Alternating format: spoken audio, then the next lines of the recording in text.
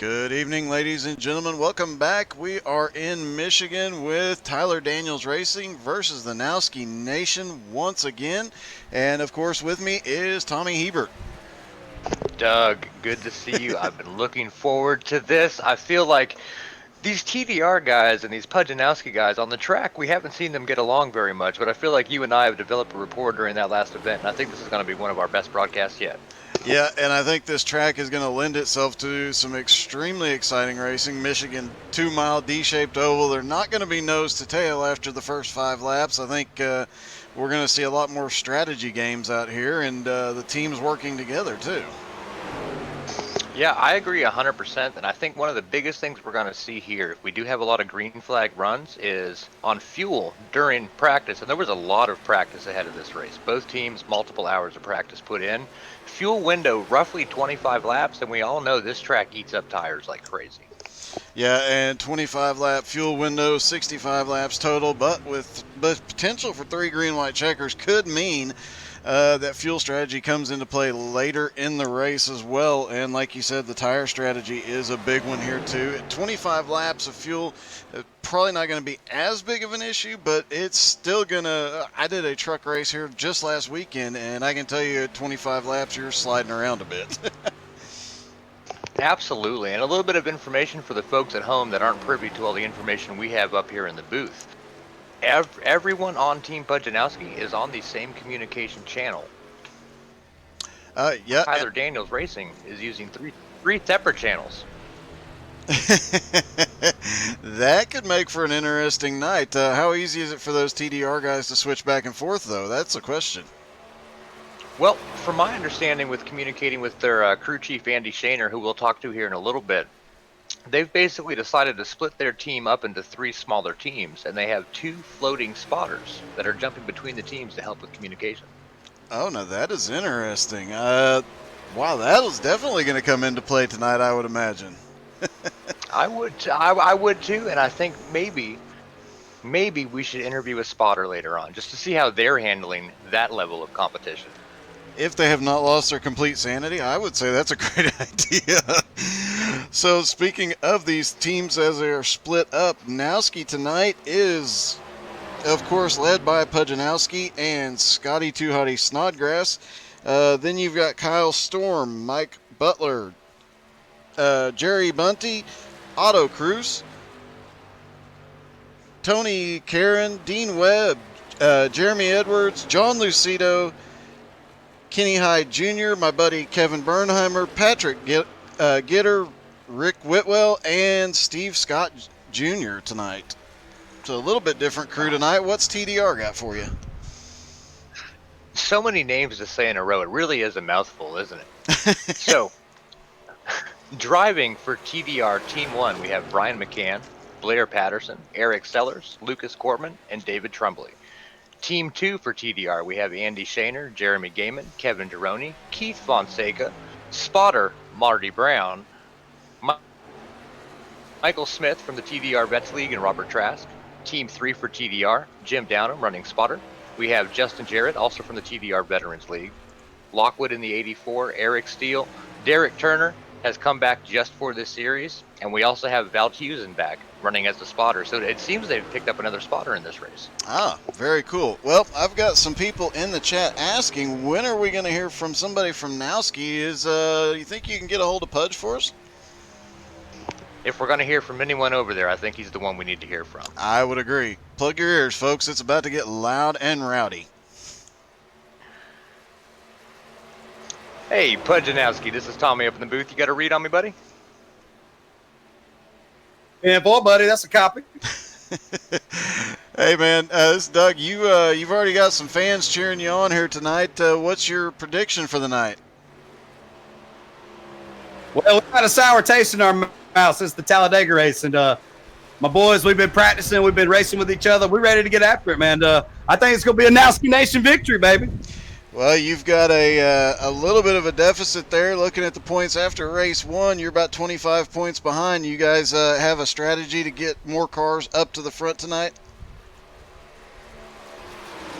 Strategy tonight, man, we're going to take our time and just try to work together. And, you know, if we're running up front, you just try to stay there. Don't do anything crazy, and just try to be there at the end. Try to be there at the end to make something happen, and hopefully we all communicate and work good tonight. I'm excited. All right, man.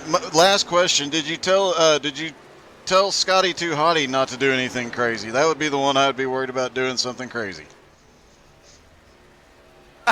Unfortunately, I love how crazy he drives, so I'm excited to see it. I think we all do. All right. Best of luck to you guys. Tell Scott and the rest of the team good luck. Yes, sir. All right. Well, that was the first driver out of Nowski Nation we've talked to tonight. Obviously, Pujanowski. And Tommy, who do you got lined up from TDR we can talk to? We've got our unofficial team leader, Andy Shaner. He's one of the founders of TDR, probably the guy that really helped be the glue to hold us all together through the tough times. Let's see what he's got planned for tonight. All right. Give me just 1 second. He's got a secret password on his radio. Hold on. Hey, Andy, this is Tommy up in the booth. You got a read on me? Yes, sir. I hope we didn't interrupt the race strategy too much. What do you guys have planned for Pujanowski tonight? No, we're gonna whoop them. That's what we got planned. Well, I see you got 3 teams formed up there in TDR, and Pujanowski's operating under 1. What's the strategy running 3 different packs of drivers? Well, the strategy really is to just break everybody up chat-wise, right? You don't want 15 drivers all trying to talk at once. So now we've got 3 teams. Everybody can kind of just give their own feedback. 4 or 5 drivers together really kind of breaks that up so that you're getting feedback. And then we've got spotters that can jump between the 3 teams and feed us information as well. I think that sounds great. We'll see if it works out tonight, though. Yeah, we hope so. I mean, it kind of worked out at Talladega.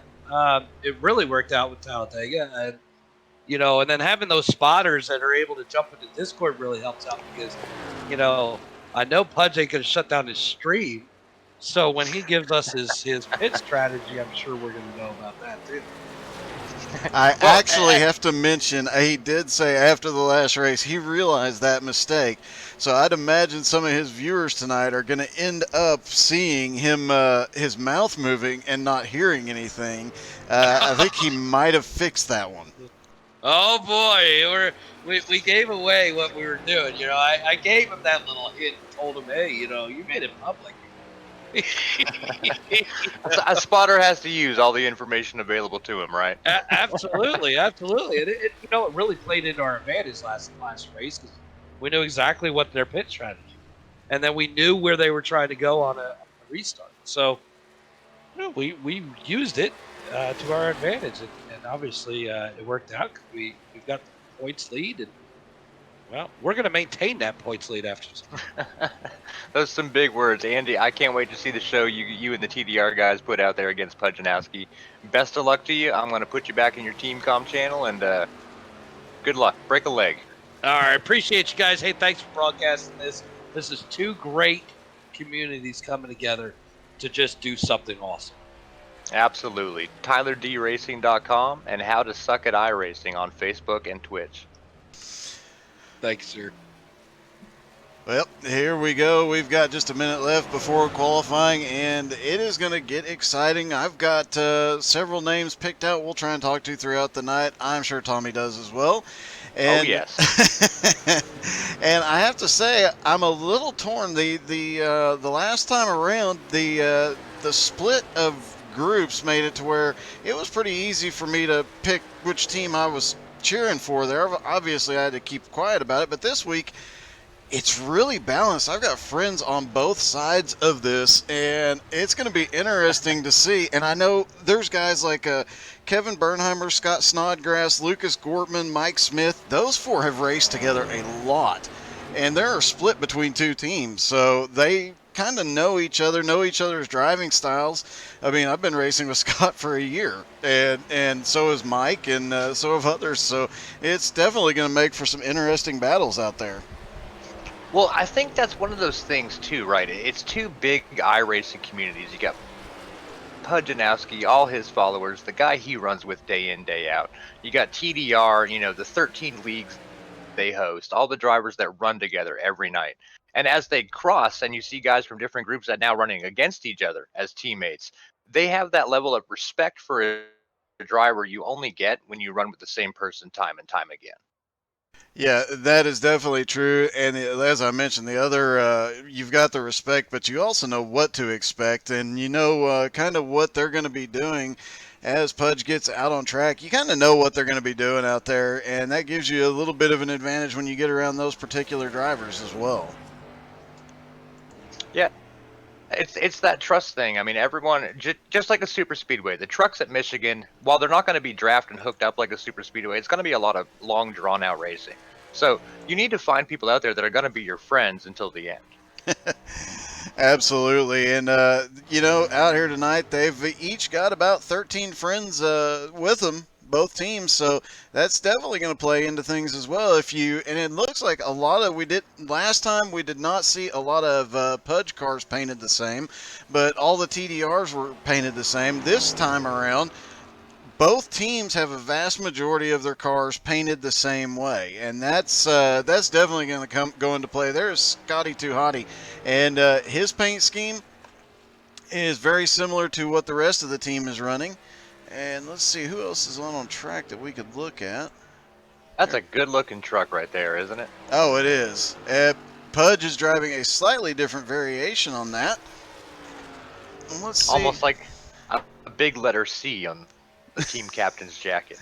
Exactly. That is very much what it looks like. And there's Andy's truck, and he's out there, and he's driving that white one, and they're all the same color and paint scheme. I did see a small variation on his, like on the back quarter panels, but if his teammates are coming up from behind, they're not going to be able to tell the difference, but they're going to see a white rear bumper and know that's somebody they can work with tonight. Well, I know Andy actually is on a separate team, Back Row Sim Racing, with a few other drivers that are in this race, and I believe the variations on the quarter panel are their individual team logos.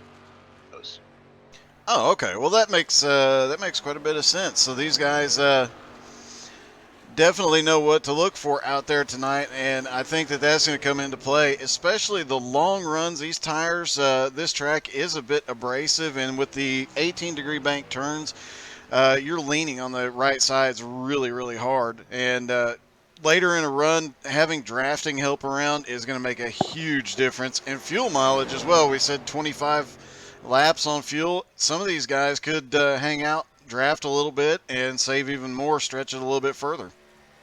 Yeah, I mean, minimum, we're going to see 2 pit stops for fuel with a yellow or 2. I wouldn't be unseen to maybe see 3 pit stops. And then how do tires factor in? Are we going to take tires every time? Are we going to have enough yellows to make the tire and fuel game work out for everybody? And the one thing about Michigan is after the first couple of laps, after a start or restart, you make it about 2, maybe 3 laps, the odds of getting a caution drop dramatically each lap. And they come back a little bit during green flag stops, things like that. But for the most part, yeah, these guys, they could have a green flag race start to finish. They could. I'm not expecting it. Both teams are going to probably could be going full send from the word go, though. Well, and again, the team aspect of but you have 2 well-knit communities. How does the team play factor into their pit strategy? Who comes at the same time, etc.? I think this race is going to have a storyline just about every foot on this track. I would have to agree with that. And I think this one, the super speedway races are great and they are exciting. They're all nose to tail, but this one's really going to separate the men from the boys, so to speak. And it's also going to be the start of the real story of this series of races, and I think we're going to see a lot of exciting races and have a lot to look forward to. Yeah, and we haven't mentioned the gentleman's bet, so the tradition continues. Again, Matthew, Pudjanowski, and Andy have a gentleman's bet between them. The loser has to run a paint scheme that the winner chooses in the next event. Oh, that could get very, very interesting. We reminded Pujanowski that TDR is a family-friendly group, so we shouldn't be too concerned. No, but there's some of these guys that might try and push that limit a little bit. I would expect something very comical and slightly embarrassing out there. I would expect the same, but I'm sure both parties will have to approve of the scheme before we put it out here on the internet for everyone to see. Yeah, and they are finally gritting up. It'll be Lucas Gorman, no surprise, on the pole. Patrick Gitter second.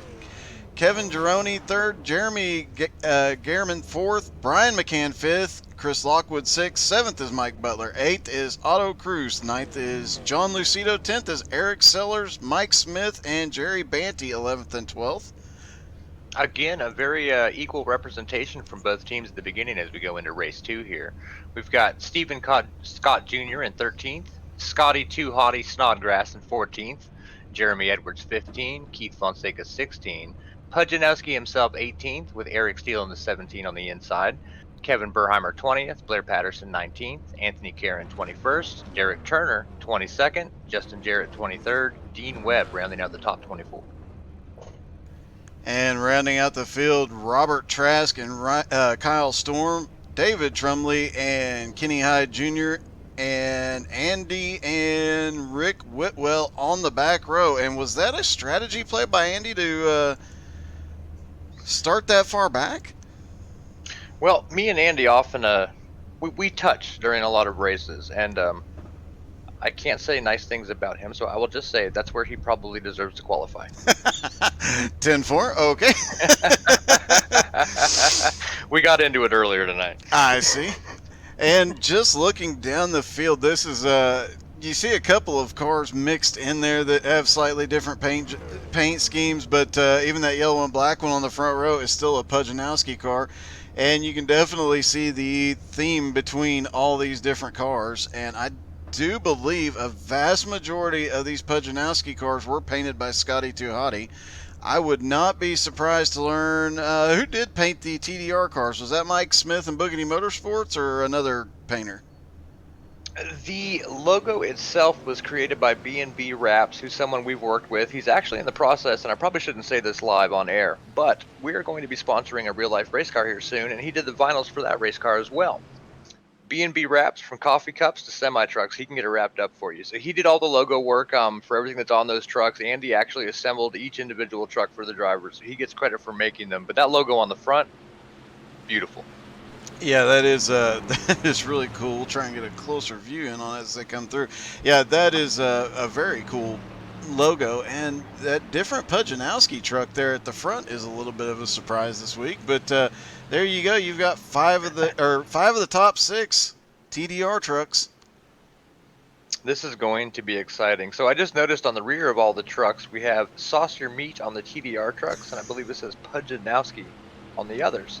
I'm wondering, as we move on, will we start to see some funnier things written on the back of these cars? Yes. There's no question. I promise you, Scotty Too Hottie is looking at the back bumper of these cars thinking, crap, I should have thought of that, and he will have something funny on the back of those Pudge cars next time around. I can't wait. This is probably one of the best events I've seen on iRacing. These two communities coming together, running. Look at all those paint schemes matching. I mean, it's a beautiful thing out there. This is quite the operation they put on as the pace car is pulling off. Yes, indeed. The pace car drops down to pit road. Lucas Gordman is going to lead him down. I know he's been on a tear for TDR recently. Hopefully he'll continue that here tonight. Green flag in the air, and they are off, and somebody did not get going up on the high side. Looks like the 09 of Jeremy Gaiman. That's unfortunate to see.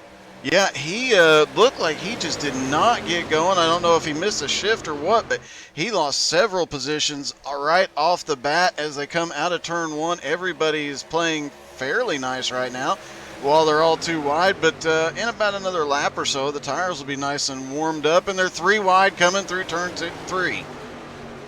And a big shout out to the drivers on that restart with Gaiman not getting the start he wanted, maybe spinning the tires a little bit.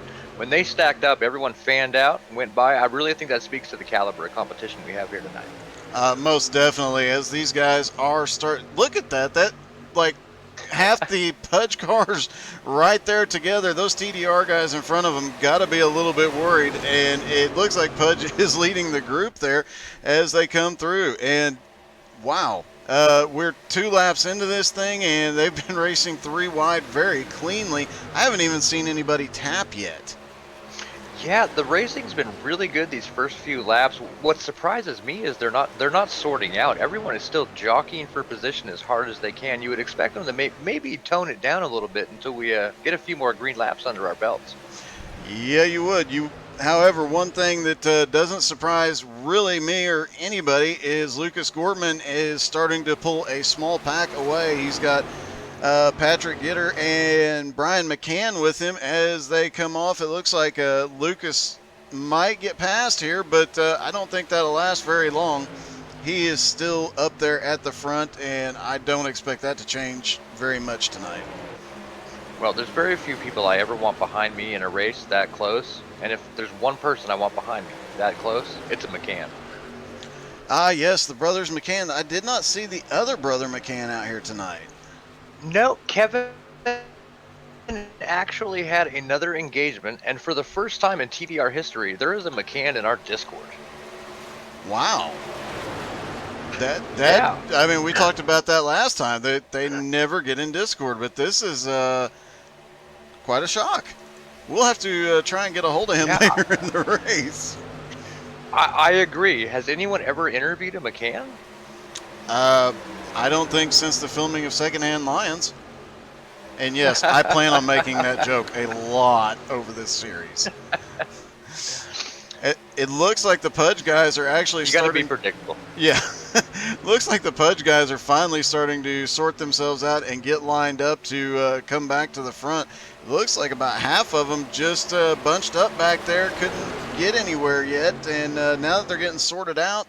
But Kevin Bernheimer, he's the biggest mover so far in the 28 truck. He started in 20th. He was up to 10th a moment ago in the 28 truck, still fighting down there on the bottom to take 10th place away. Yeah, and the 09 game, and I wondered, since that restart got him so backed up and he had to run that outside where it really eats the tires hard, if he's not going to continue to fall back just based on tire wear he took early on. Yeah, it's very possible since he started. Those cold tires definitely take a lot more abuse when they're cold, and that could... Right now, it seems like he is at speed and he's managing to hold with this group, but that could come into play in about another 5 to 10 laps as these tires really start getting slippery. Yeah, and it looks like the Facebook chat over here is popping off. We've got a bunch of cheers for Nowski. We have a couple specifically for Scotty Too Hottie. Some more Nowski Nations. Richie says, "Hi, Doug." Hi, Richie. Michael the Money says, Pudge still has to eat that Reaper. So I've talked with Pudge and Nowski. They're apparently really hard to find. He will eat the Reaper. And Becky Flowers said hello to me specifically, and I don't want to talk to her because she called me out last time. Well, Becky, you know I love you, so that is funny. Yes, and she did ask earlier in the week about the incident, so I'll try not to repeat that again. You and I discussed that pre-broadcast. Yes, we did. We'll leave it at that. Brian McCann now up in the lead securely. Lucas Gortman is in second, and there's a pack. They had broken away for a while. There is a pack that, with them battling, is closed back up. Jerry Banty and Patrick Gitter, Kevin Gironi, John Lucido, and Chris Lockwood all managed to close back up, along with Kevin Bernheimer and Steven Scott Jr. So the top 10 is pretty evenly split right now. Yeah, it looks like it favors Pudjanowski a little bit, but I wouldn't be surprised if we see some of those TDR guys just outside the top 10 start creeping up as these guys battle for their own positions within that top tier of positions. Yeah, and, you know, it's, as I mentioned, it's hard for me to cheer, but I've got to say, Kevin Bernheimer, I know how he is on these tracks. He will be a tough one to keep back there. He's extremely good with tire wear and extremely good on the long run, but conversely, a couple of cars back is my buddy Mike Smith in the 13 car. And he's another one that he's not always fast at the start, but at the end of a long run, he's going to be up there at the front. Well, Mike Smith has some speed, so he actually runs in the TDR Veterans Only League Saturdays at 9. He has formed Team Boogity Motorsports, and he actually has 200 vets now under him that run in that league as we see a truck spinning out. Yeah, it looks like we're about to get our, yes, we got our first caution, and I did not catch who spun. Let's see if we can, I only saw the smoke on the monitor I was watching. yeah, let's see, I know, and it looks like it was the 21. We'll try and get a better look at him. Yeah, the 21, that's Gitter in the 21 there. As my cell phone rings, this is very unprofessional. Let's go ahead and put that on mute. It looks like the 25 and the 21, the 25 just drifted up mid-turn and got into the 21, but it was enough to of a slowdown by the 21 to bring the caution out. Yeah, I'm looking at my notes here trying to see who's running that 25 car, and I don't see that number assigned to anybody. Let me take a quick look through the standings and see here. Yeah. I remember looking at it earlier. That is Justin Jarrett, and everybody's coming to pit road, it looks like. I wonder if any team strategy will have anybody staying out.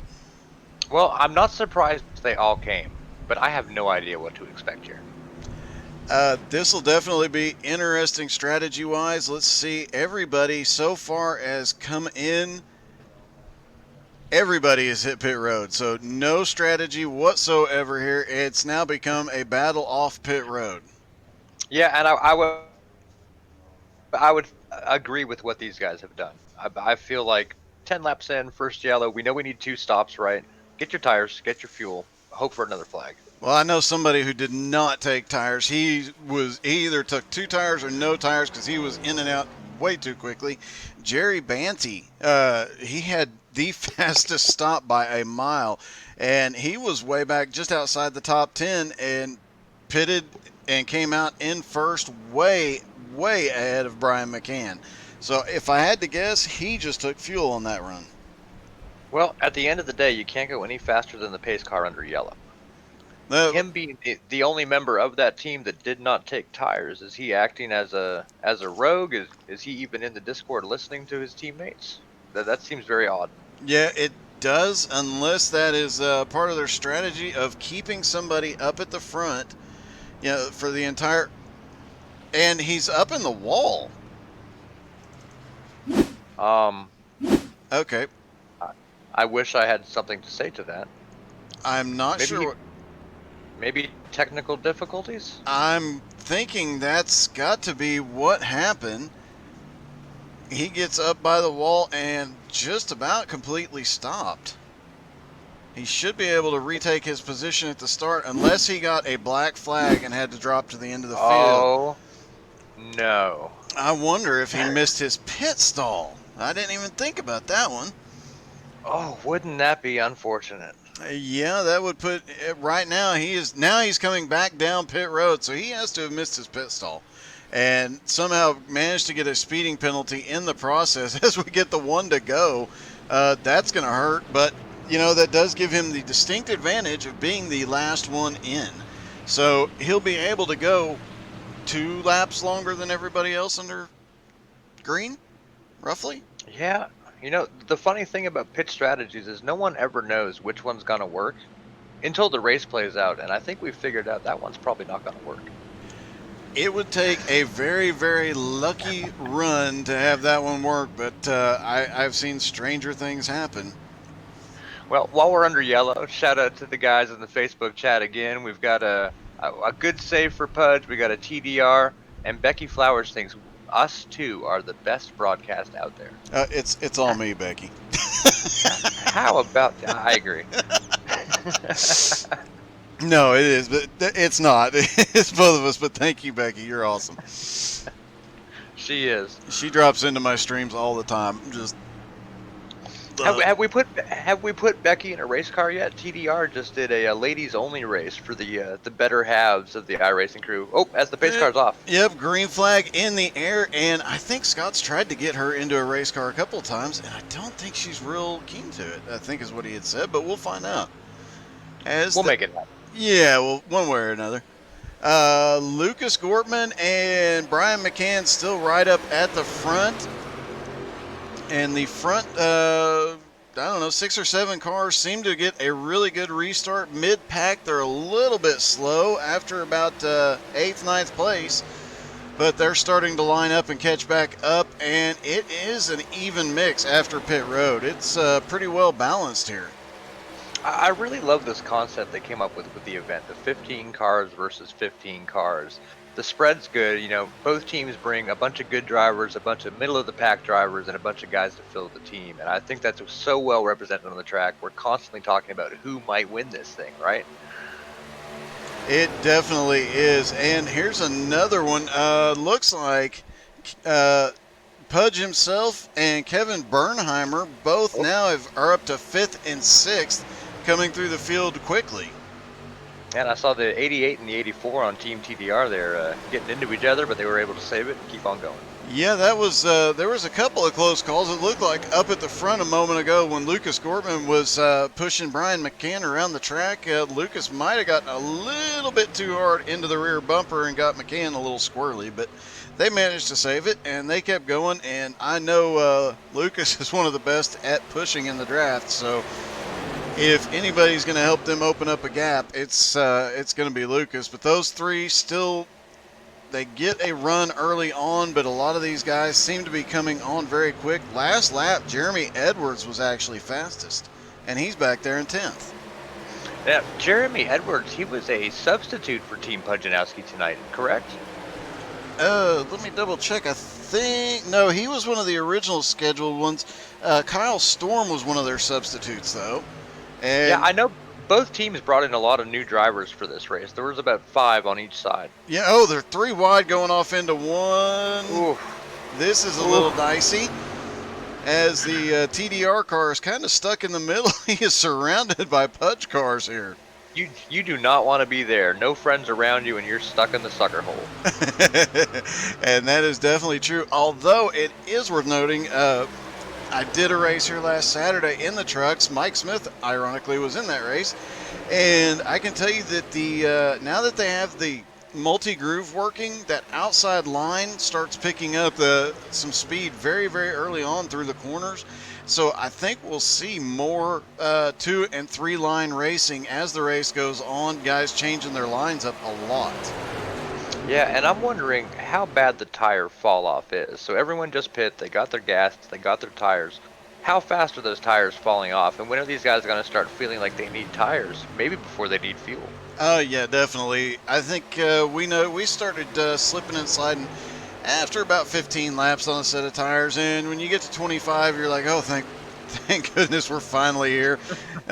We needed the tires. So yeah, it's as the 28 of Kevin Bernheimer down on the apron, not seeing a whole lot of that tonight, but he's going to take every advantage he can here. Well, and I think as these guys settle in and, they already trust each other. We've seen a lot of great green flag racing. They're going to start being a little more risky to try to advance their positions. Yeah, the interesting thing is that dropping below that white line there on the apron, that can actually wear your tires a lot more if you do it regularly. You can do it once or twice with minimal effect, but you start doing it all the time and the tire wear becomes an even bigger problem, and then later in the run you're having a much harder time holding it. As the 28 goes down, the 22 of Scotty Too Hotty's going to make it 3 wide here with his teammates. Yeah. And that's the 28 car we saw, again, doing that below the white line on the last lap. And maybe that's something he's going to try for a while until he learns what it does to your tires. I think Kevin probably knows. He's just going for it. He's full send. And Topher Baltimore just dropped in and said the sucker hole, yikes. Yep, Topher, you know all too well about that one from last Saturday, as I recall. Yeah, and I think one big thing about this race too is that it's again that whole 15 cars versus 15 cars. It's not about where you finish. It's about putting the most cars up front. So maybe Pujanowski's trying different strategies with different trucks to try to find one that works and then put all the trucks on that strategy. Yeah, right now it does look like in the top 5 there's only one Pudge car, but the actually Looks like the vast majority of the top 10 is the TDR team, but the Pujanowski team looked like they did not qualify quite as well. But here comes Jeremy Edwards picking up another position, starting at 15th up to 5th now. Some of these guys just struggled in qualifying, but they are definitely coming to the front. Yeah, beautiful pass by that number 22. He got in there, read that line, knew he was clear. Perfect slide job without even being too close. That was a beautiful pass.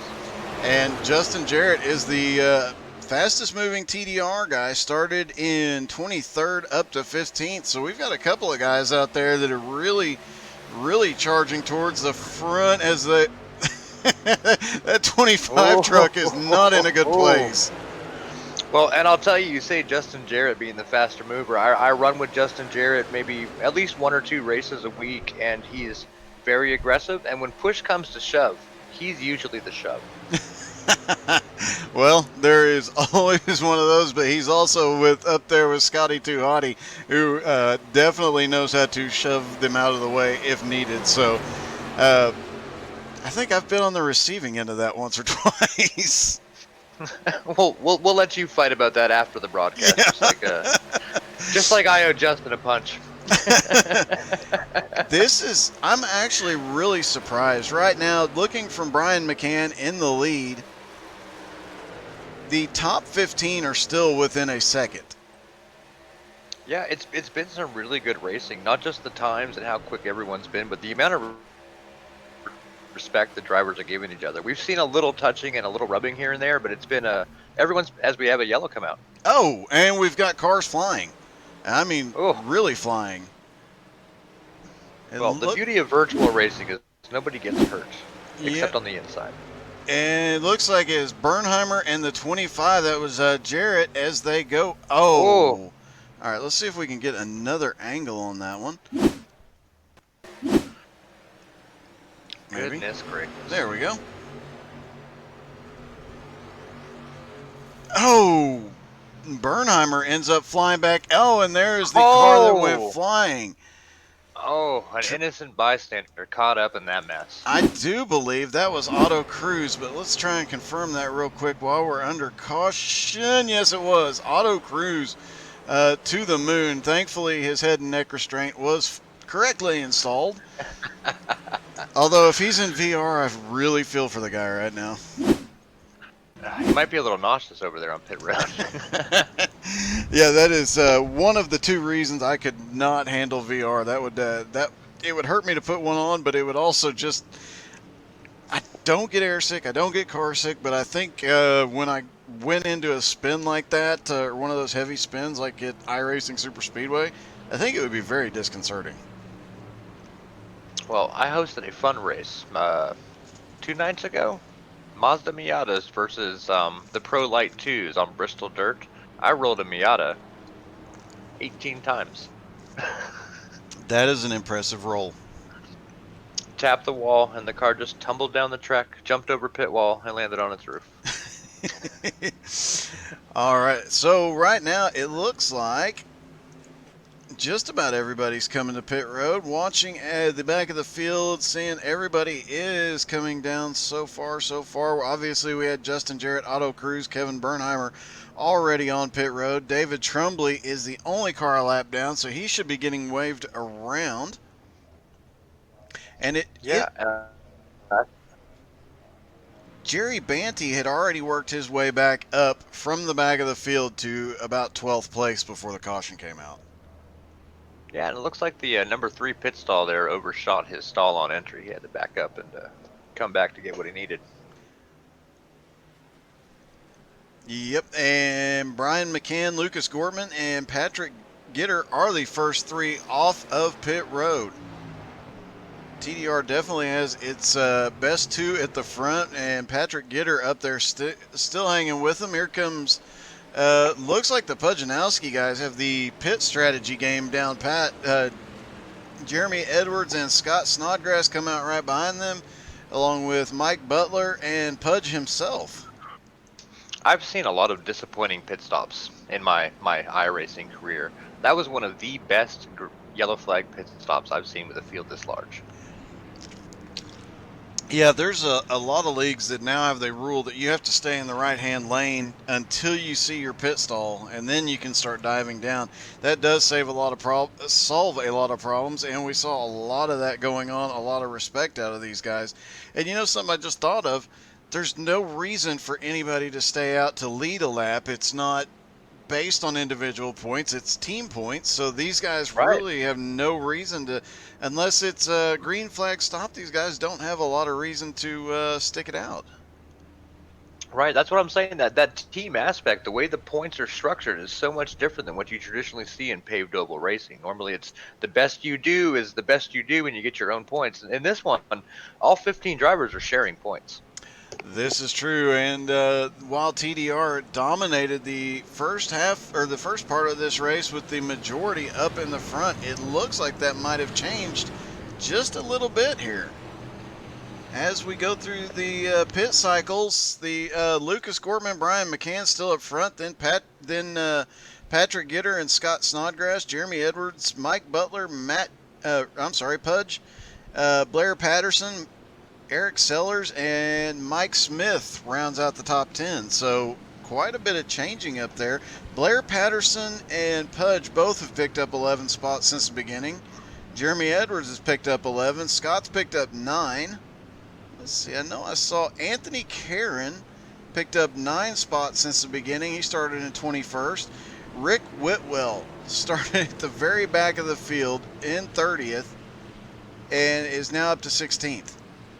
Good for these guys, right? That's a lot of trucks to pass out here.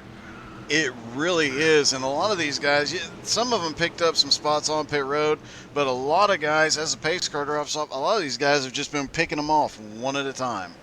Boogity, boogity, boogity. That's right. Green flag is in the air, and it's Lucas Gortman off the start. He catches the 3 truck napping. A little bit of a surprise there, but those front 3 are taking off again, lined back up. Well, and that may have even been a planned exchange between teammates to let another guy kind of burn the fuel and take the heat in the engine. It could very well be. These guys are definitely, you're seeing a lot of team strategy working out right there as Jeremy Edwards dropping to the inside to take third from Patrick Gitter. He's got his teammate. So now we've got 2 Pudge cars up to the front in the top 5, and a third one. Here he comes, the 22 of Scotty 2 Hottie. The 3 cars up in the wall. Look at the Nowski guys go. They are definitely starting to make their move. 28 laps in, just a little over a third of, almost halfway actually. And these guys are still just battling like it's the last lap up here. Oh, excellent job by Edwards to break up that 1-2 pairing of Gortman and McCann. Both fast drivers. You don't want them anywhere near each other if you're trying to race against them. And they did a great job of splitting that pack up. Yeah, he really did. And he's got a couple of teammates behind him now, Patrick Gitter and Scott Snodgrass. Meanwhile, Blair Patterson, Mike Butler, and Brian McCann now battling 3 wide. Oh, the 91 and the 04 get together on the front straightaway. Everybody keeps it straight, but some hearts are racing right now. Some really impressive driving. Like I said, there's been a lot of respect out here. There's been a few light touches, and all those light touches, we've seen very few incidents. Yeah, surprisingly very few, especially considering these guys are still pushing it 2 and 3 and 4 wide around the track. We've seen a few instances of 4 wide on restarts. As we go back through the field, they're battling side by side everywhere. It really is wild how well these guys are racing together. You know the tensions have to be high. We're nearing that halfway point of the race. It's time to start making moves. And with Pujanowski rushing those cars up between first place and fifth place, you got to think TDR is going to start stepping up the heat a little bit. Yeah, they might want to get on that pretty quickly. Of course, we still got at least one more green flag pit stop here, but is you got Lucas Gortman up there at the front, but he's got 3 Pujanowski cars right behind him and a teammate behind them, and a gap growing behind Brian McCann now. As, let's see, Blair Patterson now up to 6th after starting in 19th. He's leading that second group, but they are almost a second behind Brian McCann now. A whole nother zip code from that front pack. That front pack right now is considered the lead pack, and you've got 3-2 for Pujanowski. And it doesn't look like Brian McCann's going to stay at the back of that front pack for long. Wow, what a run he gets coming off of turn 2 down on the bottom as the 20 jumps up to the lead. The 22 is going for second. And here comes Brian McCann. Oh my gosh. Nice. This is getting a bit crazy up here. Yeah, the pass for the lead, but you see the TDR guys getting a little closer together, and I wouldn't be surprised, even though it's Gortman and McCann and some of Pudge's fast guys, the big one might come from right up front. It could very well. These guys are apparently team orders are not in effect at the moment, or these guys would not be racing each other quite this hard. Or they could very well be. They could be, let's get a couple guys to the front running both lanes and make it really, really hard for these guys to get around. Well, I know from my personal experience, sometimes when you're running up front and all the trucks go behind you and you see that clean air, it gets a little harder to hear your crew chief sometimes. Yeah, what? Sorry, boss, I'm going for the win. I want to go fast. Exactly. And yeah, it is very hard to preach patience when you've got a shot at the front. As Brian McCann now has another shot, he is going to come up here and start battling for second place, looking to get back up around the 22. We've got a caution. Another. Let's see if we can find what happened on the track here. Not seeing where any cars were heavily damaged. Oh, the 10. Mike Smith up in the wall. Oh. Let's see if we can find what. We'll do a quick rewind. Oh, From look. what I saw on my monitor, it looked like Mike Smith got a little loose there. Yes, he did. Well, that'll stack them up. Yes, it will. And we are at about at the halfway point, but nobody can make it on fuel from here. Yeah, they will need 25 laps to the good. Obviously, the guys in the back drafting a little bit will save, a little bit. But I'm thinking maximum fuel window, even in the draft, is probably about 20 laps. Yeah, I will say I made a video the other day, and I was showing people how to save some fuel on pace laps. You can save, and I actually did it at this track in these trucks, and you can actually save right at a half a gallon by pacing in fourth. That could be the difference between winning and running out of gas here. So, things. I always pace in a high gear, and when I'm really nervous, it's clutch and ignition. I actually do not have my clutch enabled, so I use it as a handbrake for rally stuff. Well, enable your clutch if you really want to save fuel. I actually know of a few guys that save fuel by killing their entire ignition, and once they get a little momentum, kill the ignition for half a lap. Well, the trick is you have to downshift into neutral when you do that. Otherwise, the gear drag your car, you lag behind, and risk getting rear-ended by a novice. This is also true. And looky there, it looks like the Pudge guys are about to take the top few spots, 3 out of 5 at the front. Yeah, 1, 2, and 4 for Pudge, 3 and 5 for TDR. I don't think Gorman's going to stay. And Jerry Banty, he was like the first caution, and he's back up in 6th now. Heck of a drive out of that guy. That's the beauty of the quicker pair. If a caution gets called during your incident, you're able to pull into the pits, get off the track without a tow. You can go in there, get your car fixed immediately, one time, to get back in that competition. And I think he took advantage of that during that first yellow. Yeah, he definitely had to have. And, he had the issue on pit road, managed to get back out. He ended up at the tail end, but he's played the strategy and just raced his way through the field. Before the previous caution, he had already gotten back up to 12th. So he's definitely got a heck of a run going here tonight. Yeah, and he may be one of the ones that throws that balance over to Team Pudge when it comes down to the top 10 as a whole. Real quick, though, before the green flag unfurls, Becky Flowers is working on getting a computer so she can start racing. Uh-oh. Scott's in trouble. We might have to form a whole TDR Ladies League. So, we did the ladies race, right? So all of our regular drivers brought their wives, girlfriends, daughters, whatever. The looks on the men's faces watching their women drive, like we're terrible backseat drivers, right? Yes, yes, we are. Can you imagine coaching your better half to drive a dirt track?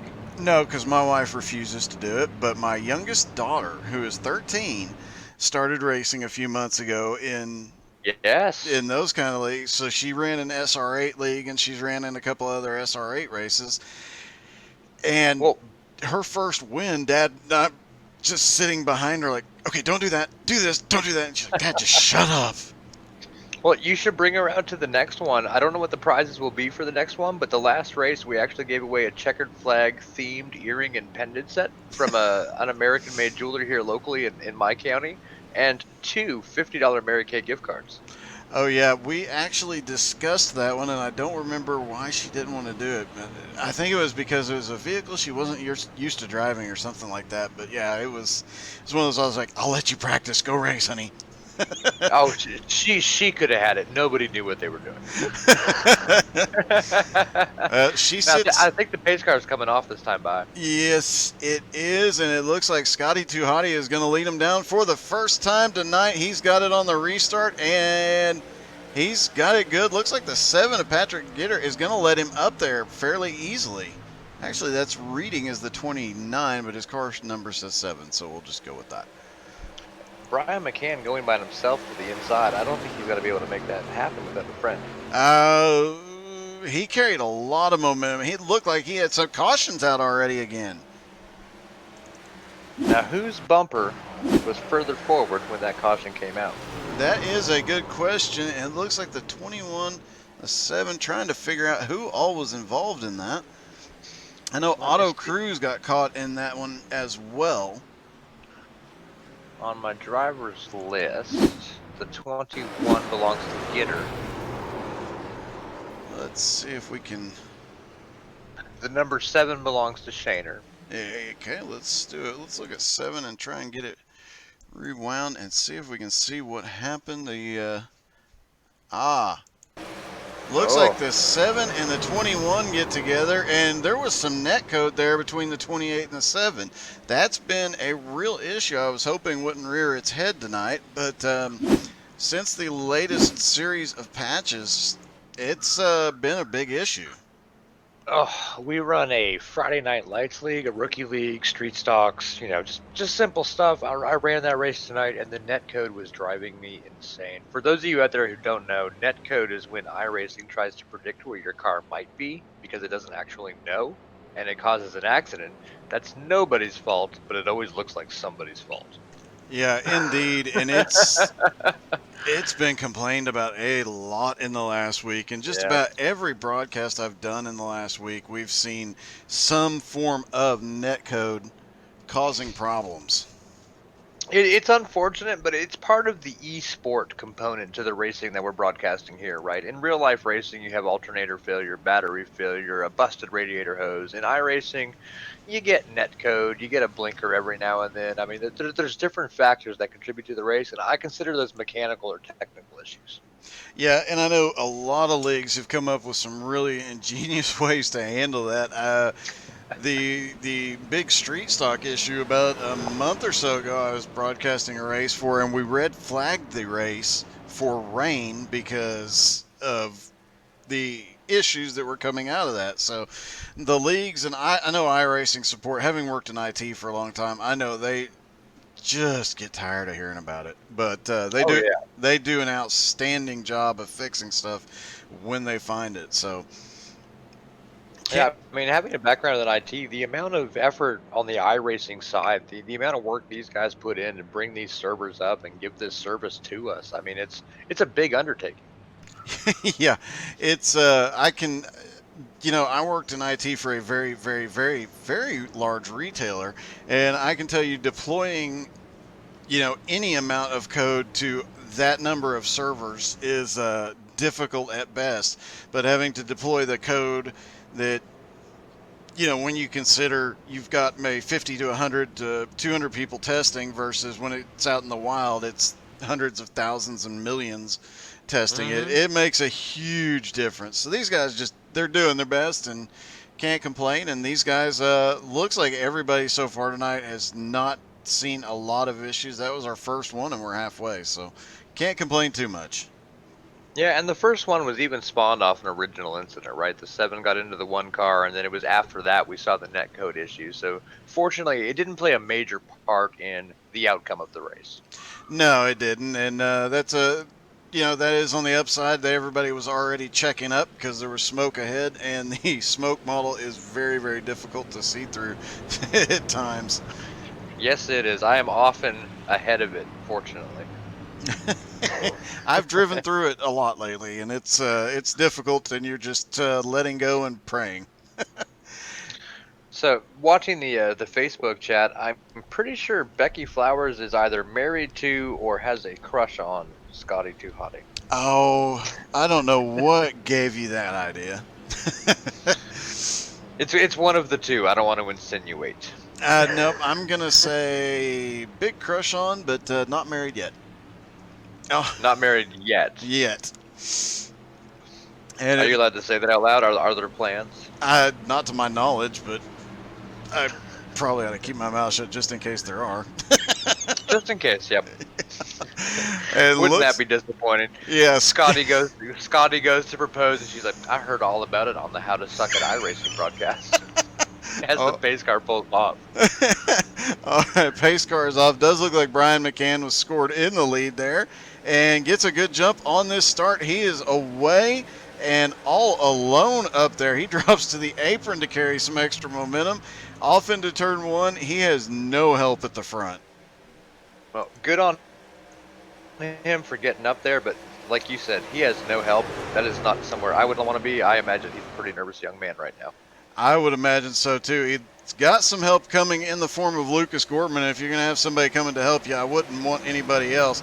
He's actually up there moving back and forth, trying to break the draft of the 7, but that draft definitely made a huge difference. They caught right back up to him, and now he's got several Pudge cars and Lucas Gorman. They both jumped to the high side. Yeah, I would imagine you see them. Oh, as the 22 got in the wall. there gets into the wall a little bit. And Doesn't look like it affected him too bad. The pace dropped off a little bit, but I think he'll be able to keep up with that lead pack. yeah, as he came by, the didn't look like any real significant damage, so I think he's okay. But definitely gave those front 3 a chance to get away, as now Brian McCann is doing everything he can to keep Patrick Gitter right behind him, and Lucas Gorman is trying to find his way up to him. And Mike Butler has now came up through the field. Haven't talked about him much at all tonight, other than an incident earlier in the race when him and the 91 got together, but here he comes to the front now as well. Well, there's been a lot of hard racing here, and we all know that hard racing brings those competitors from the back to the front, and I think Mike Butler's just fortunate enough to stay out of those really hard racing incidents and to fight his way up there. Definitely so. Looks like Pudge now started in 18th. He is now up to 5th. Scott fell back to 6th. Jerry Banty back up here in 7th. Anthony Caron is up to 8th now after starting 21st. Blair Patterson started 19th up to 9th. And Jeremy Edwards still up in the top 10 after starting 15th. The really big mover tonight so far has been Kenny Hyde. In the 58, he started in 28th and is up to 13th. Not far behind him, Whitwell is still working his way forward. He was started in 30th and up into 16th. So quite a few guys working their way forward rather quickly. Well, as we get in here with 22 laps to go, are we good on fuel? Was that last pit stop enough to carry them to the end? Let's see. It will be I think it's close. It will be very, very close, and you're talking about tenths of a gallon. And if they're coming across the line under power or cruising, I'm pretty sure Liquid Gold hit the aluminum tube at 26 to go, and the pit window should be 25. I think it's going to be very close. I do believe you're right, and I think that, now we've got a couple of cars down to the inside. The 04 getting a push to the front here. A big push. Yeah, and by the opposing team, but he didn't drop down to push. He dropped down to pull Pudge, because here comes Pudge on the inside. Look at them go. They've got running away with it. 1, 2, 3. Yep, they've got that inside line and drifting up in the middle of the corner. I do know that they have that iRacing has fixed some of the problems that were with side drafting in these trucks this week, and you're seeing a lot of that. These guys have determined that with all the extra practice they put in. They're getting up there beside each other, using that side draft to get a little bit of a boost and maybe slow down their opponent just a little bit. Yeah, Team Nowski definitely has the cars up there to be making the moves, but I do see a third TDR car sneaking in there at number 6. Or P6, not number 6. Yeah, Jerry he's just impressive tonight. I mean, he's been to the front, to the back, and then back to the front as we've got one looking really low there. That is Jerry looking to the inside there for a moment, but yeah, he's truly having an impressive run, and he's definitely going to be up there battling for this win. Yeah, it looks like we got TDR and Pudge running side by side there for first and second. Indeed, and this is going to get very, very exciting very, very quickly. 19 laps to go. They've been out there just enough laps that the tires aren't gripping. Oh, that was Lucas Gortman that dove to the inside. He's down low, trying to get up there with his TDR teammate, Brian McCann. Well, he definitely gets an E for effort. Yeah, definitely. I mean, having raced with Gortman quite a bit, I can tell you, if he doesn't make a move that doesn't have some sort of long-term plan to it, and he's got to be trying to get up there and push his teammate to the lead, but I imagine before this is all said and done, he'll be up there battling for the win too. As we see Blair Patterson fall in line, and on the inside, they're almost running together on TDR. They really are, and that's going to pay off when Blair catches up there. They'll have a 3-car draft. There's a 3-car draft on the outside. That's definitely going to pay off for these guys. That'll give them the opportunity to even the balance in points anyway. As we see Nowski +2 on the outside line with 5 cars, we have 2 more cars coming to that inside line for Team TDR. We're going to be double file back 10 cars. Looks like Chris Lockwood and is that Eric Sellers? Yeah. Yeah, Eric Sellers, and I think as the front pack runs side by side, these two are going to catch up, and we're going to be in for an interesting next 15 laps. And there's a small pack back here, but some of these guys, if they get lined up, they could also get back up there. We saw on that last run, or on that first run, everybody was within a second of the leaders. Now, just looking up to the leaders, only the top 8 are within a second of the leaders, but now that they're battling, or were battling side by side, now they finally decided to line up for a few minutes, so it's going to shake things up just a little bit here. Yeah, I think they took a look at that lap counter and said, boys, it's not right. When the time comes, let's all change lanes. That has to have been the smart play, and as you mentioned before the race, the Nowski Nation guys, they have the advantage and the disadvantage of being all of them in the same chat. So that's going to be very, very difficult for the, it makes some of the communication easier, but some a little bit harder, everybody yapping at once. Yeah, it's one of those things, just like a pitch strategy in the online racing world. We have different ways we communicate, and we won't know if that's an advantage or a disadvantage until somebody wins this thing. That is true.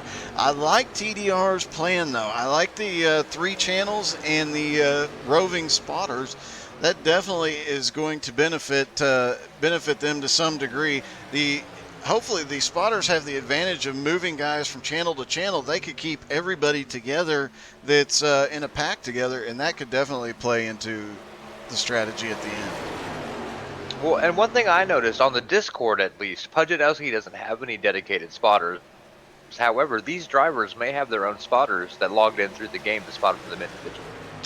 This is true as well, and I know from personal experience, if I was going to have somebody spotting for me, and I think he's done it before, Mike Smith is one of the best spotters out there, so they would definitely be wise to get him involved with some of the spotting next week. He spotted for me several times, just drops in the middle of the race, starts spotting, and all of a sudden I'm going to the front.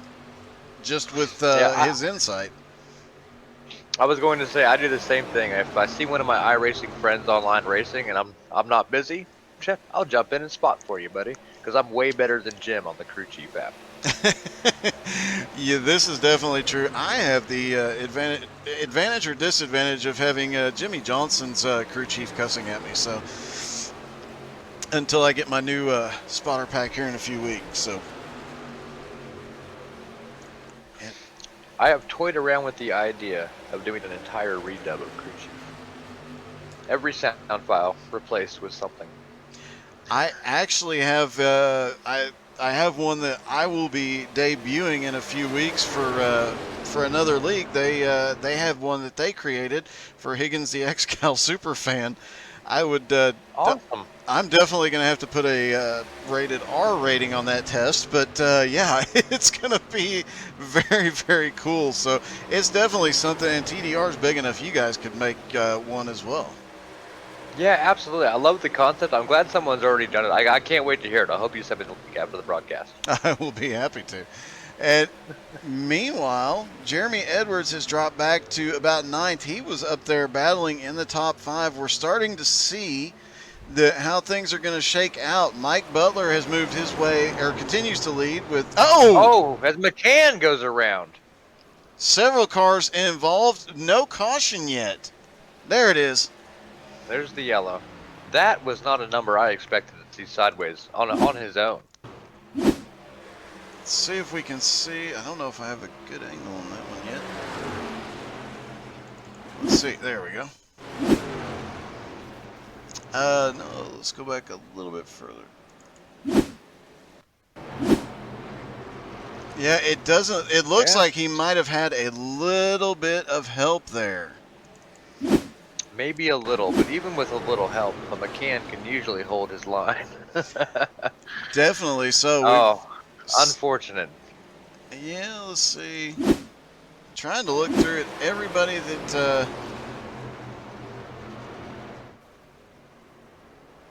It looks like Blair Patterson caught a big piece of that too. And I think we've got to the culprit, and it looks like the car down there to the inside just barely nicked him, and right there in the center, as you come off the corner, you're so loose. It's a struggle to keep the power down. They're full throttle, and yeah, he just lost a little bit. And the 91 is Blair Patterson is smoking. He'll have to come in and get that fast repair. And they did only have one fast repair tonight, so.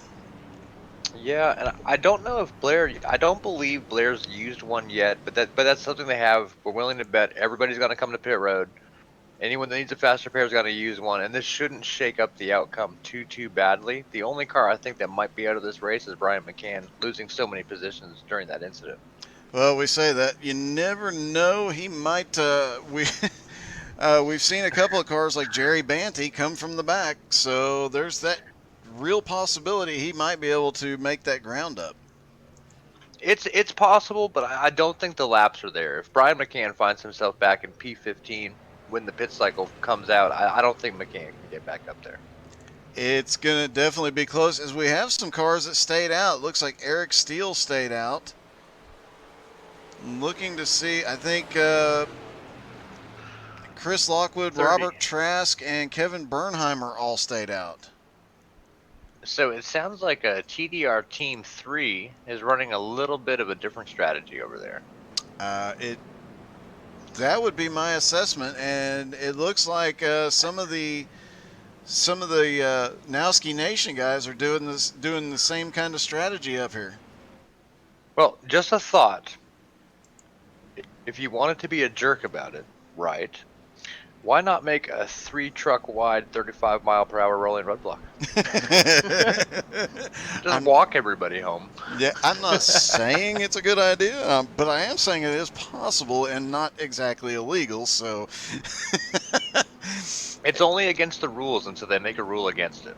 Yeah, what was there was a famous race where Jeff Gordon brought a car to it, and I think it was called the T-Rex car, that brought it in, and it was perfectly legal, perfectly within spec, and immediately after the race, Ray Evernham was called to the trailer and said, tomorrow that car will be illegal. because while it was all within spec, it was all within spec on the edge of spec, kind of manipulating the rules a little bit. So, Mhm. If they say it's okay, you can drive it. yeah, and you know for sure if they're cheating, if you're cheating too, and they're beating you. I heard that sentence this week and found it hilarious. Yep. I mean, that's what motorsports is, right? You have these rules, and we want it to be competitive. We want it to be about drivers, but sometimes you got to think outside the box and go get your own W. That is right. And it looks like Patrick Gitter and Eric Steele are the only two now at the front. Take a quick look at the pit strategy here, but it looks like they are the only two at the front that Gortman, Butler, Gitter pitted too. So I think Eric Steele is the only one up there, and Pudge showing that they haven't. No, Pudge did pit. So it looks like Steele's probably about to get ran over. Yep. I do see a lot of TDR cars up front, so I don't think Steele will be too much of an effect. I just hope he gets out of the way and lets everybody go by and run their race. Yeah, and as the pace car gets ready to drop off, it is back to a fairly even mix up at the front. I do think TDR has a slight advantage here. And Slight. Eric Steele knows he's about to get ran over. He went as soon as he hit the line that he could go. He is off. But we saw that with Brian McCann on the last restart, and he was on fresh tires, or on matching tires anyway, and it didn't last, and he's not going to last either. As Patrick Gitter drops to the inside, Mike Butler's going to come with him. I think, not sure how far back Eric Steele's going to drop, but it's going to be a ways. Yeah, I imagine he'll probably end up mid-pack after a couple laps. With only 7 laps to go, it won't be too bad. Maybe it was just a gamble on getting that one extra truck to maybe stay in the top 10 points.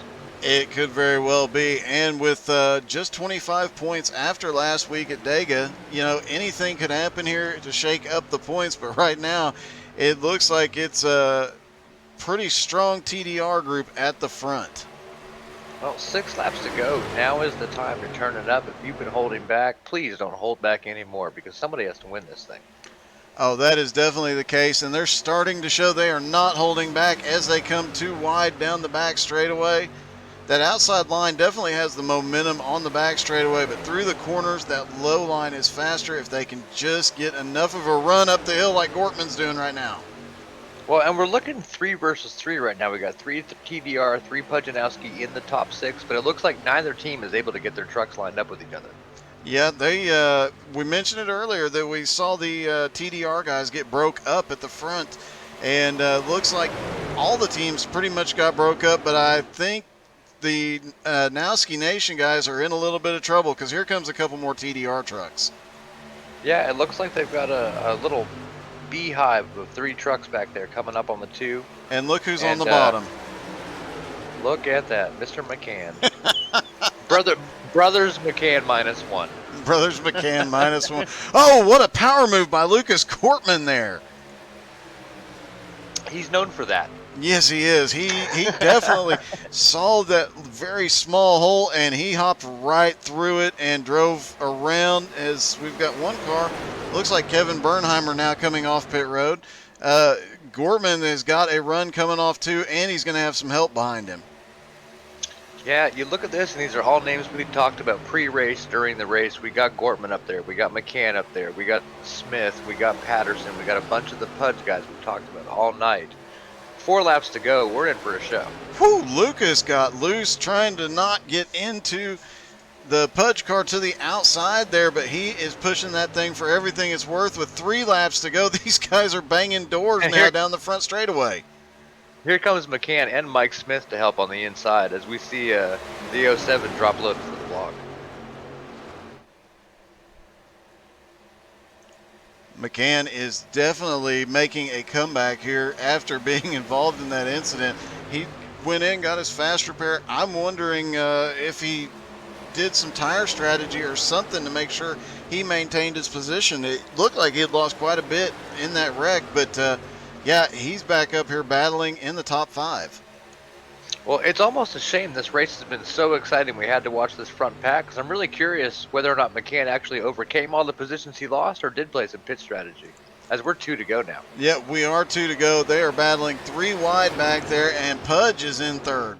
This is the first time we've seen Pudge. He was not up at the front much last week playing a little bit of strategy, or last time playing some strategy, but here he is back up at the front, and he's got teammates in front of him. Yeah, Lucas Cortman, who was leading that lead pack for TDR, has fallen to the back, and I imagine he was probably involved in some kind of incident or maybe made a mistake to put it back there. Mistake I find unlikely, but he was pushing hard and getting loose, and I've got to wonder as we get the white flag, and here we go. McCann to the inside going into turn 1, down under Pudge, down under We've got a wreck in the back of the field. Looks like Kyle Storm. Won't affect the race, though.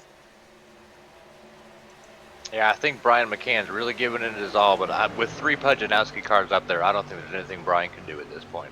I think the points might even out after tonight. TDR came in with a 25-point lead tonight, but as it stands, it's 3 Pudge drivers coming home 1, 2, 3. Brian McCann will be the first TDR car, but it is Patrick Gitter, Mike Butler, and Matt Hughes, a.k.a. Pudjanowski, pulling off the top 3 for their team here tonight.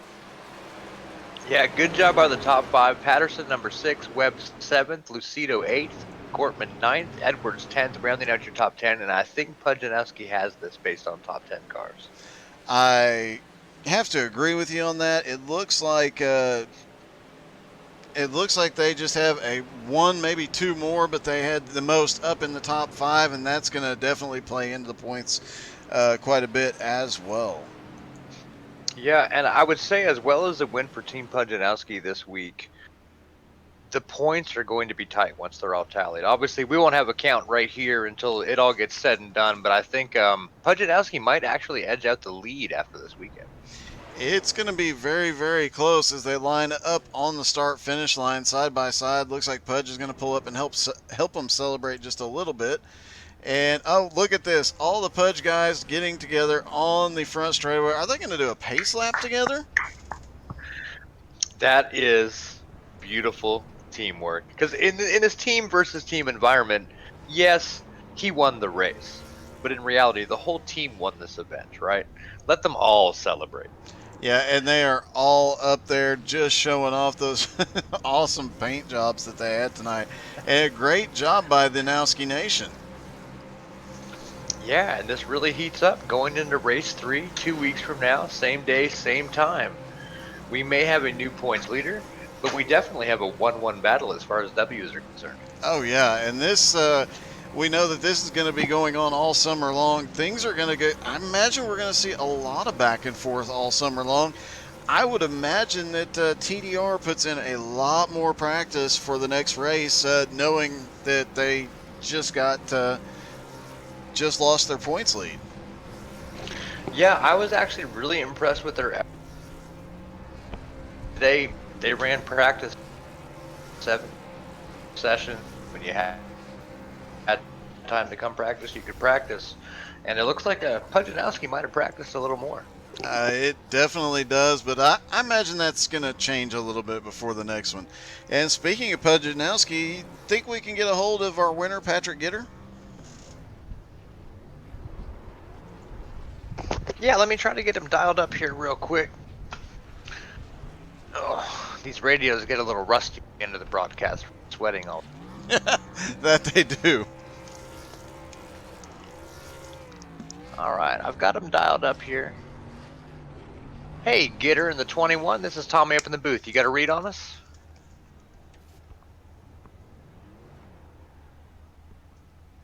Well, I heard it briefly. Hey, Gitter, this is Tommy in the booth. You got a read on us? Yeah, 10-4, gotcha. How you feeling, bud? That was unbelievable. Nowski guys ran great teamwork. We had guys up at the front all right. So great all-around group effort. Can't say much more than that. Hey, gotta ask though. There at the end, you had a car on old tires that got a good jump on the restart, and you guys managed to have a couple laps where you were all lined up on the bottom, and then everybody kind of spread out. Was the strategy to try and stick together there at the end and get that top three, or did that just kind of fall into place by accident due to the car on old tires? Yeah, the plan was really to just stay together. We weren't sure what kind of jump or start that car with old tires was going to have. He got a great start, so it was just a matter of trying to keep our guys together the best we could and get around them safely. Well, congratulations, man. That was a great run. Your team has a lot to celebrate tonight, bud. Absolutely. Absolutely, we appreciate you guys broadcasting and hosting. Yes, sir. Thank you for putting on the show. Well, I think the next guy we need to talk to has to be Brian McCann, right? The first ever interview of a McCann. Oh, definitely. And he has left the Discord. Well, oh man, let's bring in Lucas Gortman. He was the TDR iRock 2020 champion. He was running up there with McCann. yeah, and I want to know what happened there at the end. Yeah, because he went back quick. I'm gonna try to get him dialed up here. Hey, Lucas, this is Tommy up in the booth. You got a read on us, buddy? Yes, sir, I do. Hey, Lucas, is Doug. Man, you were pretty dominant early on, and then you suddenly went to the back there. I noticed you were getting a little loose coming off 4 side by side with folks, and when you were battling for the top 3, and then suddenly you dropped back. What happened? Just track position was mainly the biggest key here. I've noticed they've made some changes with some updates. It seems like from last time I ran here, and track position was huge. Me and Brian were doing great, running 1-2, and then we fell back a little bit, and we tried to make a run, but that inside medium second lane was so good. But if they're on the outside of you, they could pinch you down on exit, and you couldn't get the run off, and you had to be on the outside of them to really make a pass to do anything. I've got to say, from having raced with you in the past, I know that you don't let somebody pinch you down that much, that long. I was really surprised with your patience there, especially in those waning laps, and then to see you go backwards. And I noticed, like I said, you started slipping. Did you burn up your tires on that last little run, or did it just overshot? Yeah, I feel like we possibly have burnt up the tires. I wouldn't be able to fully know maybe until another 2 laps and then run the outside a little bit more. We just kind of ran out of laps there. I think if we had maybe 2 or 3 more laps, we'd try to run the outside a little bit more and maybe see what we can do. But it seemed as late in that run, the bottom it got slippery and got a little loose. A couple times I had to catch it. And, it's just not much we could have done there. I was trying to do as much as we could and try to force my way in places it wasn't supposed to, but, Well, I've got one question before we let you go. Does it feel as good as I've heard to have a McCann push you? Oh my goodness! We're fine because we were in the same radio chat, so it was just awesome working with him on restarts and just everything. From really trying to beat them to working with one, and I've learned a lot. And so it feels amazing. Now you're going to filter some of that knowledge down to your TDR teammates, right? We'll see about that. Wink, wink, nudge, nudge. I just don't think he's going to filter much down to you, bud. Well, you got to keep some secrets to yourself, Lucas. Sorry it didn't work out for you, bud, but you ran a hell of a race. Yeah, thank you guys. Yeah, it was awesome. Everyone that helps put this on, TDR, Nowski, all the guys that put this on. This is a lot of fun, and it's a great honor to be able to try to perform and get the win here to try. But top 10 will take it. It's an honor to have you, brother. Thank you for the show. What, you got anybody else you want to talk to, Doug? Well, I was looking to see if Kevin Bernheimer was still around, but I think he already ducked out. He had the early incident, and we ought to talk to Scotty Too Hotty just to bug him. Yeah, that's Snodgrass, right? That's his real name. I had to think about that for a minute. Hey, Scotty, this is Tommy up in the booth. You got a read on me and Doug here?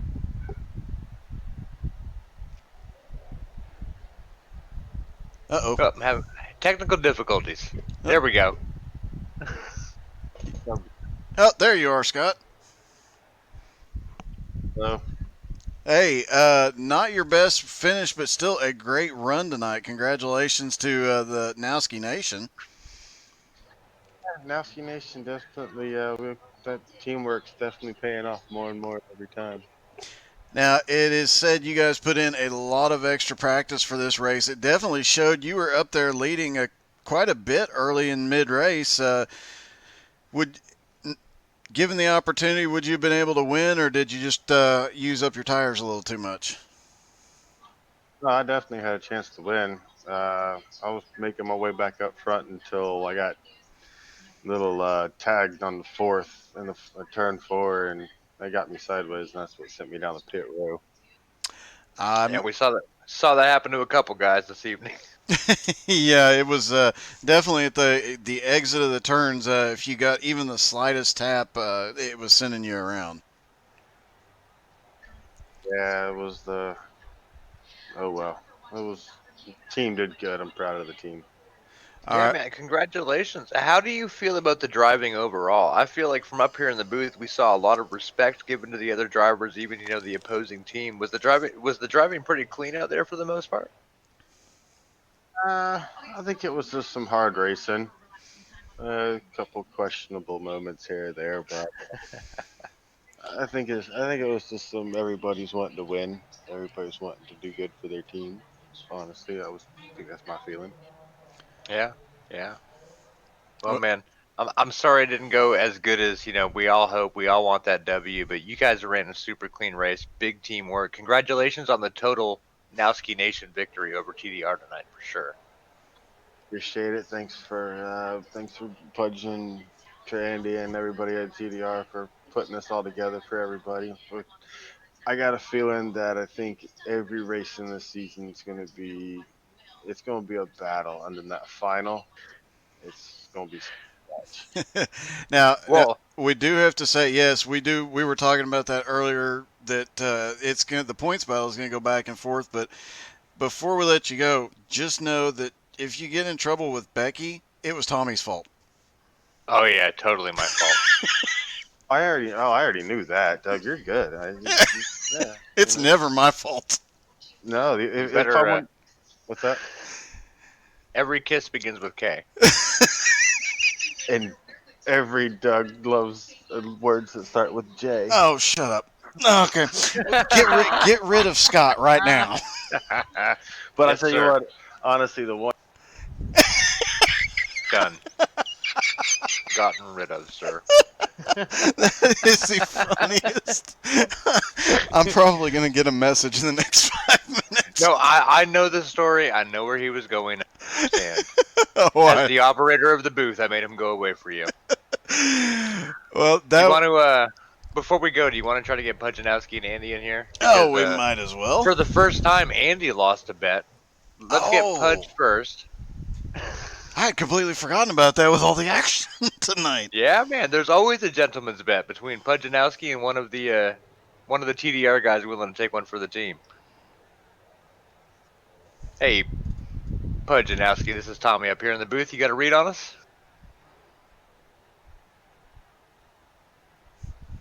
Pudjanowski, Tommy in the booth. You got a read on us? You hear me, Tommy? Yeah, we got you, brother. We think you won. Oh, baby. So That was tight there at the end, boys. I'm telling you, that was a heck of a race. That was a heck of a race. yeah, a lot of good, clean driving. You guys clearly put in a lot of time and effort into getting the teamwork aspect built up. But what I'm curious about is this gentleman's bet between you and Andy. Do you have a paint scheme picked out for him to run in 2 weeks? I haven't yet, but me and my boys have already been coming up with some ideas. Oh man, I'm gonna pull him into the booth next, and I hope he remembers this as a family-friendly event. Yeah, definitely. I just want to say right quick to Brian McCann, I didn't mean to get into him there towards the end. I really hate that, but he made a heck of a run to come back up there and battle us for the lead. And, man, it was just a great time, man. Great time, great race, and a great community to be a part of. TDR and Pudjanowski, love all you guys. Let's get it. Yeah, we talked the whole race, the meeting of these two communities. You got Pujanowski, excellent streamer, super entertaining. You have this huge community. We do this whole like charitable, all-inclusive thing, and the amount of respect we saw between the drivers, even though they were on opposite teams tonight, speaks a lot to both of our communities, regardless of the winner. Into that, brother. I agree 100%. I mean, we might jib and jab at each other a little bit, but at the end of the A day, little bit, yeah, a little bit too much tonight. But maybe a lot of bit. I'm glad everybody kept their heads cool though and didn't do anything intentional and stuff. So I'll take it any day. Yeah, man, really good race. Congratulations on the Pujanowski W. We're gonna go talk to Andy and see how mad he is. 10 for that, guys. Thank you so much. And how you suck at iRacing. Appreciate you broadcasting again, buddy. Appreciate you guys in the booth. Anytime, Pudge. Absolutely. And to everyone watching, hit that like, hit that share, hit that follow. Not on Pujanowski, but also on How to Suck at iRacing. This guy, Doug Burns, is helping put all this together. This is a great show. Let's go ahead and get Andy pulled in here real quick. This Give ought me to be 1 second to get him down. Well, we'll see. Hey, Andy, this is Tommy up in the booth. Watch your language. How do you feel? And he quit. I think it might have been the watch your language part. Yep, maybe, but you have to be prepared for that.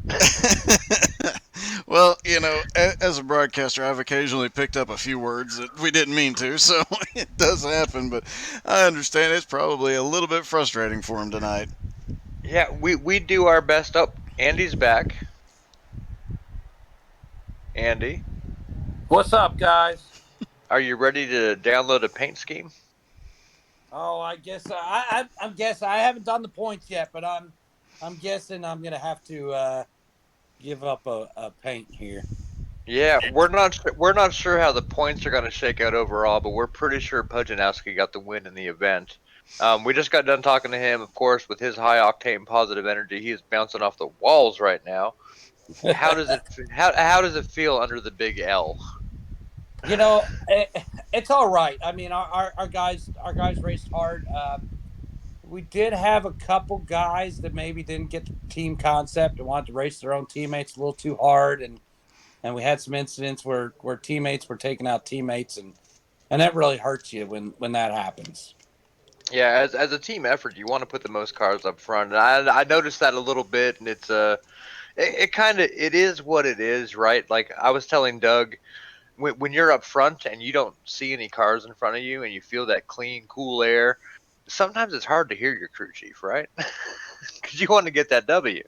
Oh, absolutely. And it's just one of those deals where we raced hard and all our guys raced hard, but at a certain point, racing hard against your own teammate just to pick up a position isn't worth it, and we need to get the team concept down. And I think if we do that, we'll be all right. Yeah, I think that certainly showed tonight. But I believe in TDR. I'm a member. I think you guys need to get some practice together and make sure we have that teamwork aspect down coming into the next event. And I have because now the next 2 weeks, Mr. Pujanowski gets to talk all the smack. Oh, I know, and we've been going in there for 2 weeks and talking trash and giving them the what's up for TDR, and I'm afraid if we walk in there this week, next 2 weeks, we're gonna be in trouble. I have to ask, you guys had the basically three teams, and each team had a spotter tonight. Was that beneficial to the team, or would it have been better to have you guys all together? No, honestly, I think it was a little bit beneficial because at some points we had spotters bouncing back and forth between the teams. At one point, I was a little bit upset with using some words I shouldn't use on the broadcast. Tell some of our drivers to calm it down when they're racing against teammates, and our spotters were able to relay that to other teams. Well, awesome. I would definitely suggest, from experience, if you need a spotter and he's not racing, Mike Smith makes a really good one. Awesome. Yeah, he's a good dude. Yeah, Loved fan. having him tonight. He does awesome in the Veterans Series. Good dude, and he raced really hard for us tonight, really clean, and we really enjoyed having him on the team tonight. Yeah, I think it's fair to say TDR and Team Pujanowski are both big fans of Mike Smith. He's a really stand-up guy. Absolutely, and I'll tell you on a side note tonight, it was just awesome seeing a lot more team paint schemes. It looked like Pudge had a lot more paint schemes out there tonight, and uh, TDR running the new back barbecue paint scheme, which was awesome. We didn't get them. They were too far ahead of us for them to read the saucer meat, though. Well, Well, 2 weeks from now, there will be at least one different paint scheme on the track. Yeah, unfortunately, that's the truth. I'm afraid what I'm going to have to put on my car. Oh, I goodness. would be too if I were you. Well, Andy, we'll see you back in TDR. Maybe we'll do a pop-up race tonight. But again, both teams did an excellent job. The amount of respect the drivers gave each other for the most part. All the disrespect was like team versus team. Like there was no cross disrespect. It was Yeah, a beautiful race to watch. I didn't see a lot. There was one heated exchange between two drivers from opposite teams, but that calmed down, and we really didn't hear a whole lot after that.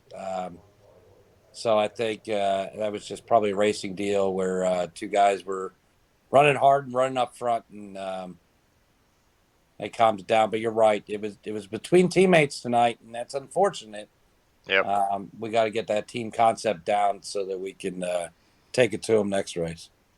But it was a heck of a show, and thank you, sir, for putting it on.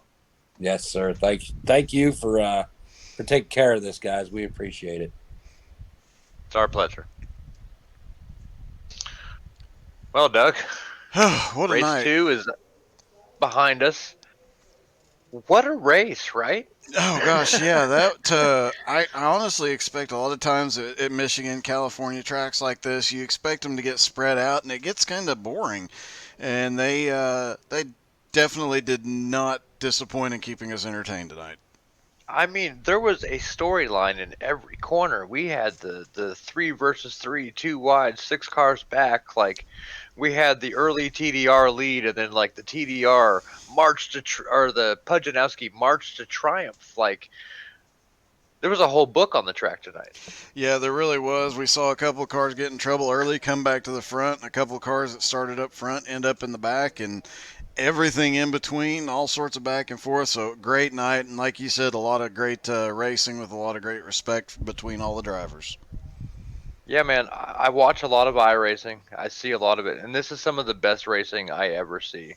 I mean, really good stuff. To you folks out there on Facebook, Twitch, and then I guess you post this to YouTube later, right? Yep, it'll probably go to YouTube in the morning because it's late and I'm tired. And I'm old. Aren't we all? But guys, how to suck at iRacing. Find them on Facebook if you're on Twitch. Find them on Twitch if you're on Facebook. Go like these guys. Follow them every time we go live. Doug has been a pleasure to work with. Got to plug my own broadcast tomorrow night at 9 p.m. Back Sports. That's BACC Sports. On YouTube, we'll broadcast our Veterans Only League. And me and Doug both have a lot of going on. Follow us on Facebook. Join our groups. Come see what we're doing because we're making big moves in the iRacing communities, aren't we? Oh, definitely. And getting bigger every day. How many races do you broadcast a week now? 1, 2, 3, 4, like 5 nights a week broadcasting, and then I'm racing from time to time. And yeah, there's even a couple of different days throughout the week. I throw different stuff out there too, just to be different. Absolutely. Me and my broadcast team, we only do that one veteran. But as far as leagues, we run 13 weekly leagues over at Tyler Daniels Racing. Not only do we race every night, on weekends, there's like 6 races every weekend. That'll keep you busy. The amount of stuff our two groups put on, it's incredible. Like, you guys got to come check all of this out. But go find How to Suck at iRacing on Facebook and Twitch. Give them a like and follow. Follow Back Sports. And then join our groups. Come see what we're doing. Come hang out with us. And from all of us here, thank you guys for tuning in. It has been a fun night. We will be back here in 2 weeks. Have a great night.